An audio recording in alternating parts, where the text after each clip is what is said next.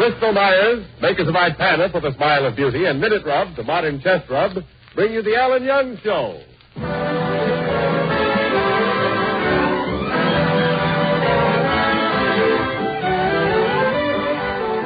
Well, it's Friday night, and once again we take you to the Little White Cottage in Van Nuys, California, where we find the star of our show, the young man who is young today and young forever, Alan Young.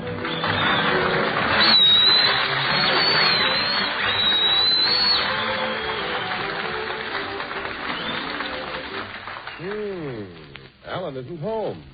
I wonder where he can be at this time of the year. I know, down at the department store, catching up on his last-minute Christmas shopping. The store is certainly crowded today, Zero. Let's rest a minute, shall we? Yeah. Gee, we've been shopping all day. How many gifts you got to get yet, Alan? Now, I'll check my Christmas list. Let's see. I took care of Aunt Martha, Cousin Buster. Oh, here's one, Zero. I still didn't get anything for Lana Lane, that girl in the next block. Oh, she's a beautiful girl, Alan. Yes, she is. Last year, I gave Lana a sweater for Christmas. And she gave me even a nicer present. What was it? She wore it.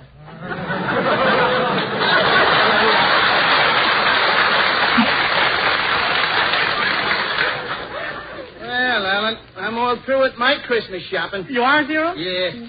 Just this morning, I sent me mother a Christmas present. She's such a sweet old lady. What'd you send her, Zero? Case of scotch. A case of scotch? Yeah. Zero, you're supposed to send something to your mother that'll bring a tear to her eye. This'll do it if she don't use a chaser. Say, Alan, did you get me my Christmas present yet? Sure, Zero. Would you tell me what it is? No. Would you give me a hint? You don't tell people what you bought them. Just a little hint. Well, okay, I'll give you just a little hint. The gift I got for you is made out of leather, and it's got 5 fingers. Alan, you bought me a cow.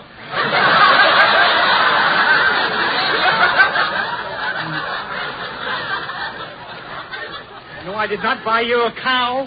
And I'm not giving you any more hints. Let's see this list again. You know, there's one present I left off this list. I wonder who it could... Oh, well, I'll think of it later. Let's go, Zero. Okay. Zero, stop staring at that dummy. Let's get out of this woman's lingerie department. But, Alan, look at the strange things on this dummy. Huh? Why do dames have to wear things with all that elastic in it? Well, Zero, doesn't do everything.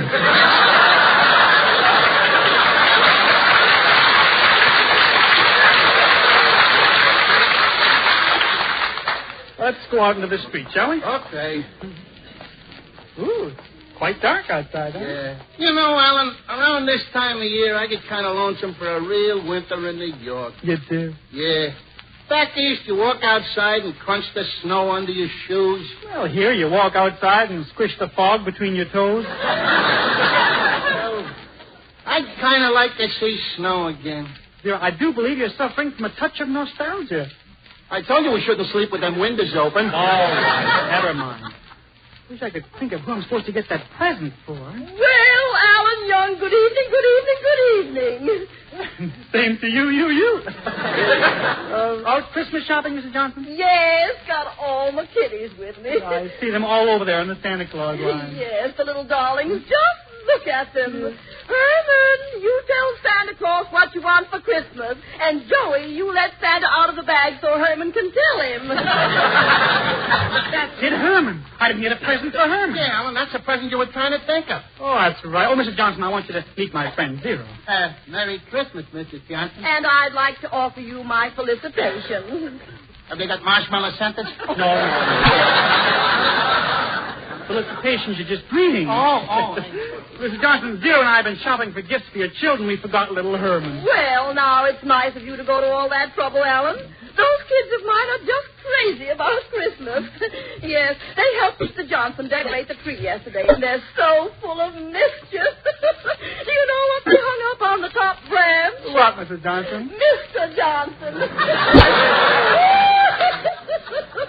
Oh, dear. He always has much fun with them. Yeah, well, I did the same kind of things when I was a kid. But I was always a little afraid of my father. He was over 6 feet tall. Well, he must have been a strapping man. Used it all the time. Now, about Herman, is there anything special he wants for Christmas? Well, Herman Herman's been asking for a water pistol. A water pistol, huh? Well, that's easy to get. Thanks a lot, Mrs. J. You know, you have a lot of children to buy gifts for, over a dozen. Yes, over a dozen. And it seems like yesterday when Mr. Johnson and I first met. You see, we were contestants on Take It or Leave It. Yeah. Guess you're still trying for 64. Oh! Still trying for 64. I must tell that to Mr. Johnson. Goodbye. Goodbye.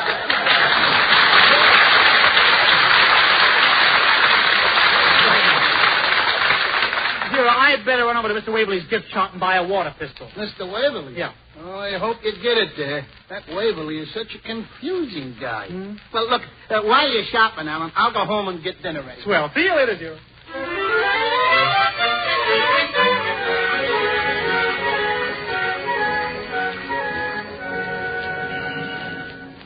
Ah, here's the gift shop now. Oh, there's Mr. Waverly. Such an agreeable man. Good evening, Alan. Come right in. Yeah, hello, Mr. Waverly. Dropped in to buy some toys. Oh, you certainly picked a nice day for shopping, Alan. The stars are shining. The sky is clear. It's a beautiful night out tonight. Looks a little cloudy to me. You're right. Miserable weather we're having.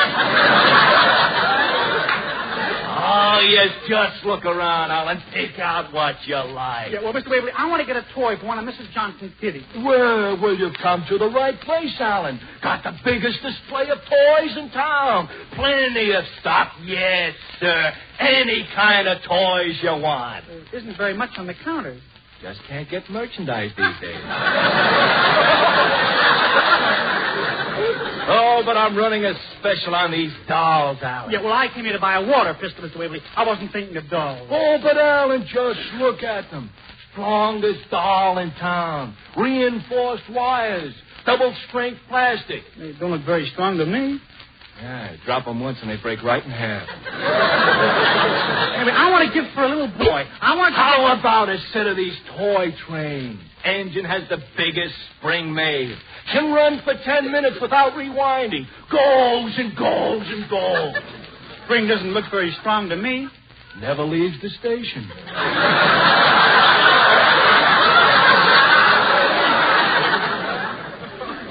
Yes, Mr. Waverly, I just came in here for a water pistol. Water pistol? Yeah. Oh. Well, they only got one model, Alan. It's not very good. Just look at it. Tin barrel. Cardboard trigger. Paper handle. I don't know, it looks very sturdy to me. Last a lifetime! Shall I wrap it up for you, Alan? Oh, don't bother us, Waverly. I'll just take it the way it is. I want a Christmas wrap it at home. Here's your money. Ah, thanks. I hope Mrs. Johnson's kiddies like it. She's got such wonderful children. Perfect little angels. They do get into mischief now and then. Bestiest brats in town. Well, goodbye, Mr. Waverly. Goodbye, Alan.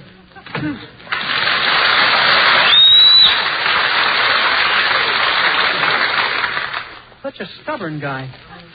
Oh, well, it's a nice water pistol I bought. Looks just like a real gun. Imagine me holding a real gun. I'd be like Jesse James or John Dillinger. Right this very minute, I'm holding up a bank. Well, hello again, Alan. You get outside, keep your motor running. Ooh. Mrs. Johnson just bought this water pistol for Herman. Well, that's nice, Alan.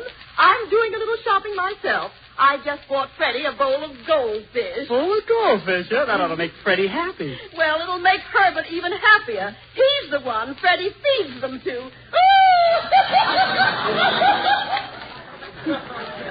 Such a happy woman. Feel kind of silly walking around with this water pistol. Oh, well, I just live around this next corner. It won't be any... Whoops! Ooh. Didn't mean to bump into you, miss. Oh, that pistol. Don't shoot. Here's my purse. What? Here's my rings and my bracelet. What? Leave me alone, please. Don't follow me. What? She left me holding my what? Hey, miss. She's gone. She thought I was trying to rob her. She thought I was a criminal. I'm not a criminal. I'm Alan Dillinger. I'm Alan Young. I'm not a crook. Hey, miss.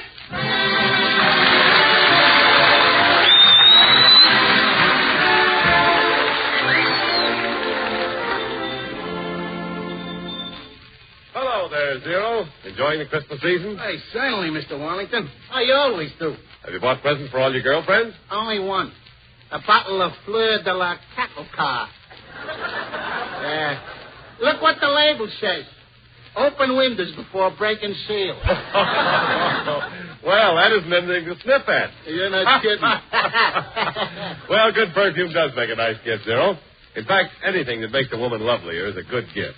That's why I feel I give women a good gift every time I tell them about Ipana. How's that?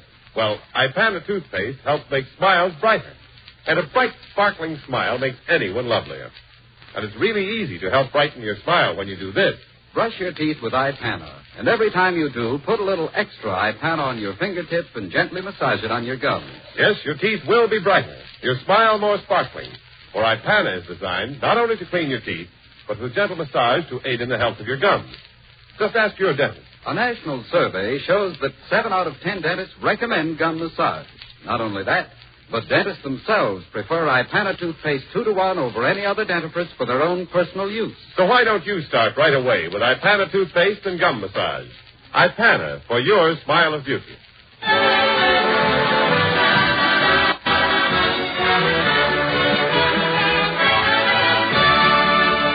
Well, Alan Young was carrying home a toy pistol when he accidentally bumped into a lady. And thinking that Alan was a hold-up man, she turned over all her valuables and ran off. We now find Alan arriving home. Zero. What's the matter, Alan? Look at the stuff I'm carrying. This bracelet, these rings, this pocketbook. You'll never guess what happened. You were elected queen for a day. Don't understand. I was walking down the street with this water pistol. A girl mistook me for a hold-up man. Oh, yeah? Imagine her thinking I was a bandit. I was just holding a water pistol.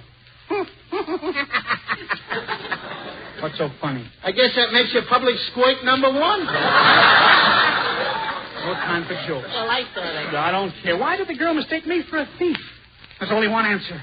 I must have a criminal face.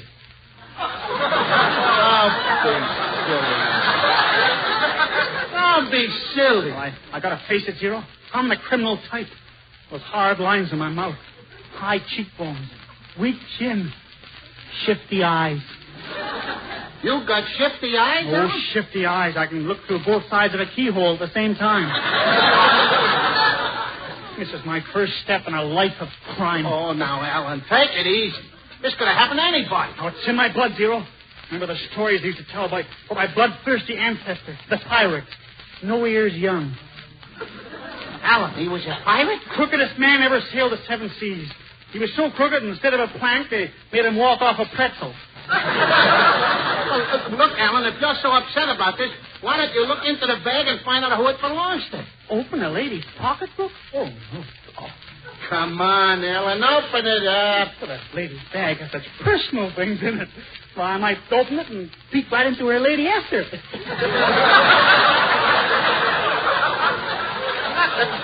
Alan, that's the only way you can find out her name. Open it up. Oh, okay, Zero. Better empty it out on this table, huh?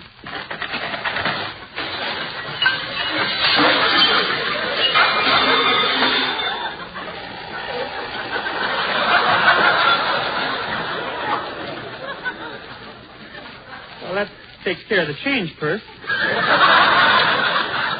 Well, Alan, can't you find her name or nothing? Oh, here's a driver's license. Gee, a woman's driver's license. Eh? Yeah.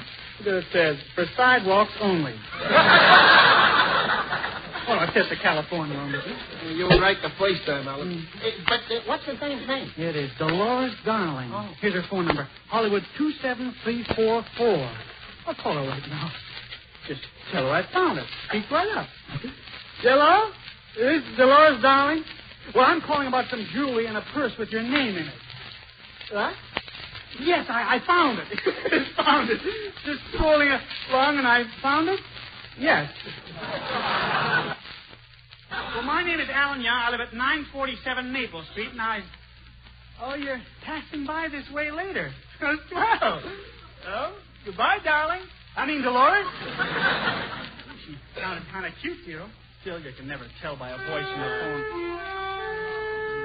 Some filthy rich updike. Wonder what he wants to show off today. Well, you can talk to him, Alan. I got some work to do around the house. Alan, I'm here. Just just like the new Studebaker, I look good from both ends.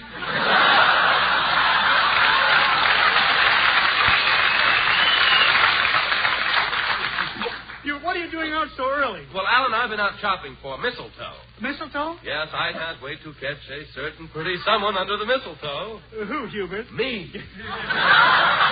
I'm just going to cover me with excuses. Hubert, I haven't seen you this happy in a long time. Well, Alan, I'm just bubbling over with Christmas spirit. I just bought my Aunt Charlotte a dress made of ostrich feathers. A dress of ostrich feathers? I wanted something that would tickle her fancy. That was a winning one. But, Alan, the real reason I came over was to invite you to my Christmas party. Yeah. The Updike Mansion is being open to the public. You mean you're going to let ordinary people walk right in? Well, yes, of course, after the party, we're boiling the house. Oh. Well, I'd like to come here, but I'm expecting somebody to drop in for a pocketbook I found. But, Alan, you'll be missing a great party. It's going to be the biggest elbow dig in town. Elbow dig? Hubert, you mean shindig. We Updikes don't lower ourselves for anybody. Well, I'd like to come here, but I find... Alan, you must come to my party. We've just finished decorating the Christmas tree. Well, I decorated my tree, too. Gee, it looks beautiful. Those colored bulbs on an evergreen. Ooh, how vulgar. We hang diamonds on a stack of $1,000 bills. Well, Hubert, I'd like to come to your party, but I've got to stay here and give this pocketbook back to the owner. What is all this about a pocketbook, Alan? Well, it's a long story, Hubert. I found a pocketbook, and it belongs to a girl by the name of Dolores Darling. Did you say Dolores Darling? Oh, I've seen her, Alan. Not bad, not bad. I'm very glad to hear she's pretty, Hubert. I'll bet she'll be very nice to the person who found her pocketbook. Oh, I wish I'd found it, Alan. Ever since I saw her, I've been dying to kiss the lobe of her ear. Well, Hubert, I'm the one who found the purse. That's it right over there on that table. Oh, ho! On the table. Hey, that gives me an idea. Alan, would you mind getting me a glass of water? Hubert, I thought you always drank champagne. Not anymore, Alan. I had to give it up because of the bubbles. The bubbles? My nose bruises so easily. Oh. Okay, I'll get you a glass of water, Hubert. Oh, just let me get my hands on that pocketbook. Oh, Mother, turn on the Bendix. I'm doing some dirty work tonight. Well, I'll return this bag to Dolores and win her for myself. Guess I'll just put it right here in my pocket here. Oh, well, thank you, Alan. I'll take it out to my car with me. Why don't you drink it here? The chauffeur has my bib. Oh. Au revoir.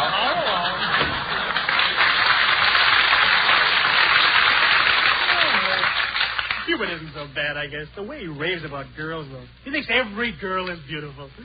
I didn't get a good look at Dolores Darling, but she's probably some... Oh, I bet that's her now.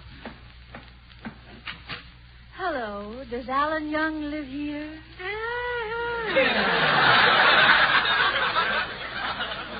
I'm Alan Young. You must be the purse that lost the girl. Won't you come in? Ah, thank you. I'm Dolores Darling. I just moved to Van Nuys. You did? Uh-huh. I'm from Kansas, the farming country. Crops look good this year.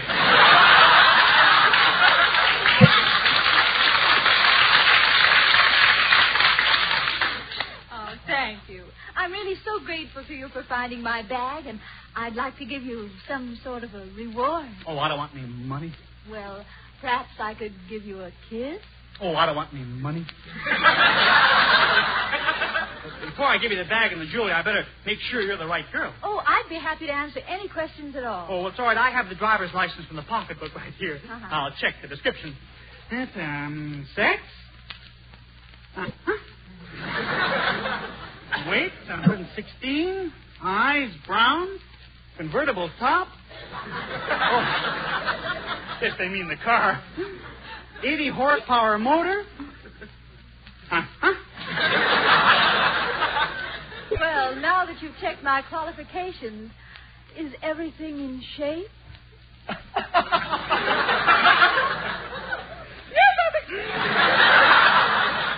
Yes, I think it is. Tell me, are all the fellows here in Van Nuys like you? Oh, of course not. Some of them are shy. Back in Kansas City, when a fella takes a girl out and they go for a moonlight ride in his car, They drive along and he runs out of gas. Do you know why? Small tank? You know, I live kind of close to you. Can't you be a little more neighborly? Neighborly? Uh-huh. After all, you're a man and I'm a woman. Yeah. Your father was a man and your mother was a woman. Gee, habit forming, isn't it? Now, I'm going to give you a reward for finding my purse and jewelry. A great big kiss. Kiss? Certainly. Haven't you ever been kissed before? Only by my mother. By your mother? Come a little closer.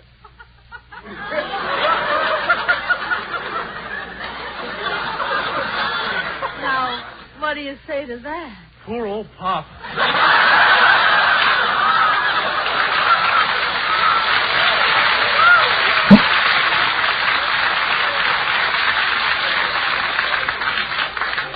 Now, can I have my pocketbook and jewelry? Certainly, they're right over there on the table. But I don't see them. Well, they're right on the... They're gone. So what kind of a gag is this? If you have my driver's license, you must have my pocketbook and jewels. Well, I have. I had. I just showed him a Hubert Updike. Eliza. Oh, no, Hubert. I've got a good mind to call the police. No, Dolores, please. I'll get them back at Hubert Updike's Christmas party. I'll get them back as sure as the sun is shining. And what if you don't get them back? Oh, buttermilk skies.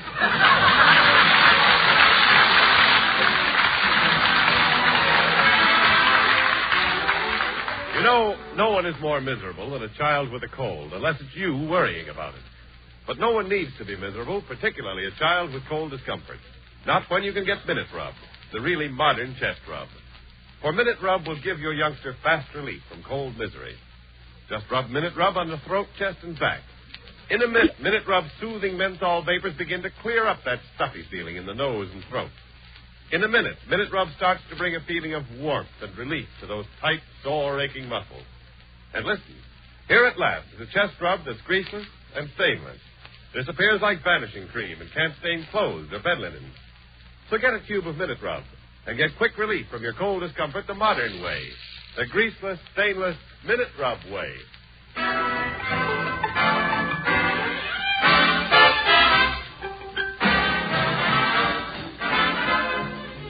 Well, Alan is on his way to Hubert Updike's Christmas party, where he plans to get Dolores Darling's purse back from Hubert. But Hubert has ideas of his own. Let's drop into the Updike mansion and see what's going on before Alan arrives. It was nice of you to phone me, Mr. Updike, so I could drop by for my jewelry and pocketbook. Oh, I'd do anything for you, Dolores. I suppose you're expecting some kind of reward? Yes.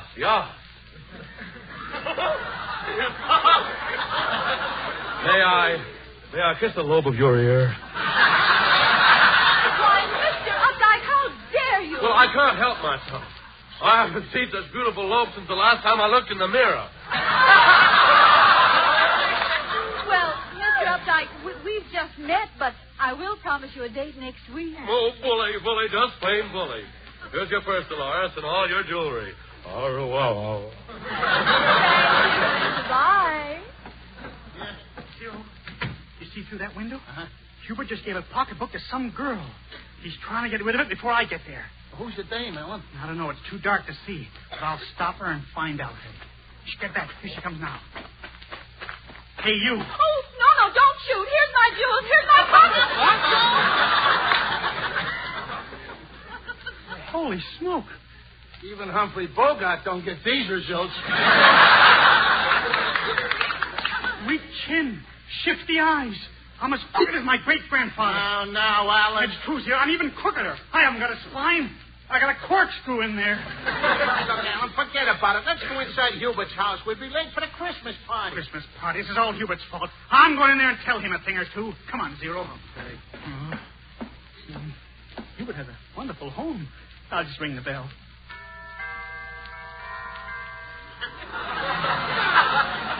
Gee.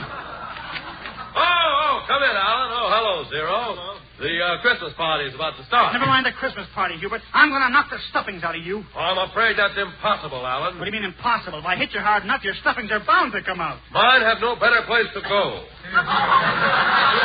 Hubert, why did you give this pocketbook away to a strange woman? A strange woman? Well, Alan, I gave it back to Dolores Darling, and she just left the house with it. Dolores Darling? Oh. Alan, you robbed the same dame twice. Well, come on, let's join the Christmas party in the living room. My friend Sir Reginald Van Scuffington is going to play Santa Claus. I don't feel much like celebrating. Ah, come on, Alan. Let's have some fun. Yes.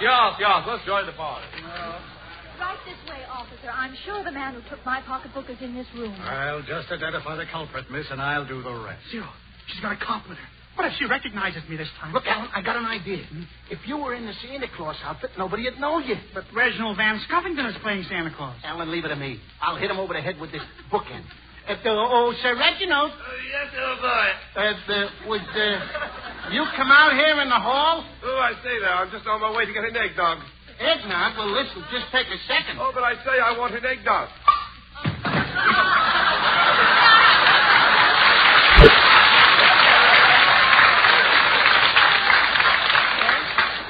You put an egg on his nose.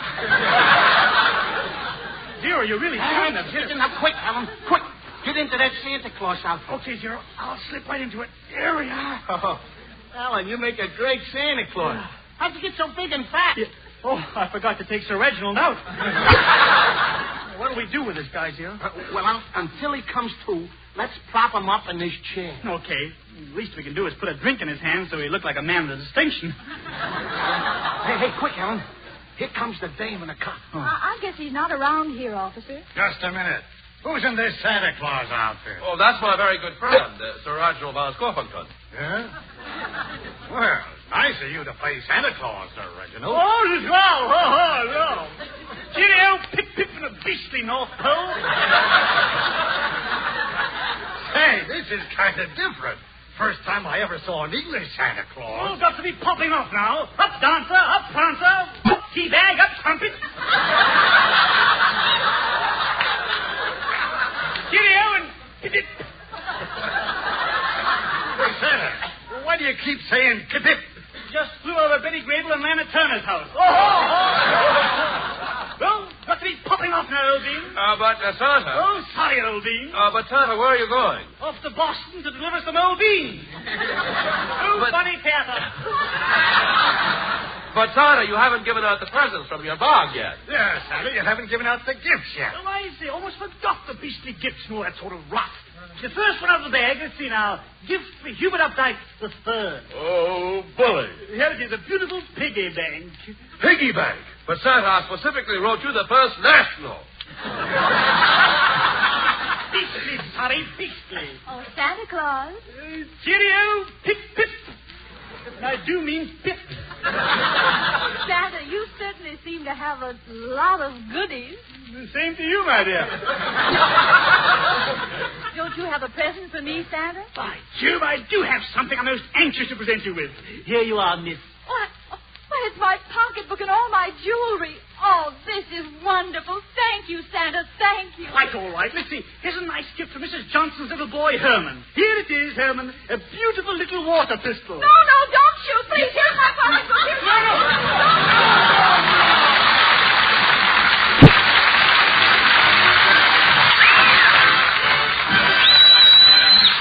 Alan Young will be back in just a moment. Heads up, men. She's looking at you. And what's the first thing she notices? Your hair. Better keep it well groomed with Vitalis and the 60-second workout. Famous for bringing men these three important advantages. 1, Vitalis keeps even the driest, most unruly hair under control in a natural, masculine way. 2, the Vitalis workout loosens your tight scalp, prevents dryness. 3, the Vitalis workout routs embarrassing loose dandruff, helps retard excessive falling hair. So remember, to look your best tomorrow, get a bottle of Vitalis tonight. Here again, Alan Young. Thanks, Jimmy. Friends, on behalf of our whole company, I want to wish you all a very Merry Christmas. Bristol Myers invites you to tune into Duffy's Tavern next Wednesday night for a special Christmas Day broadcast over most of these same stations. Thanks a lot. See you next week. Good night. Merry Christmas.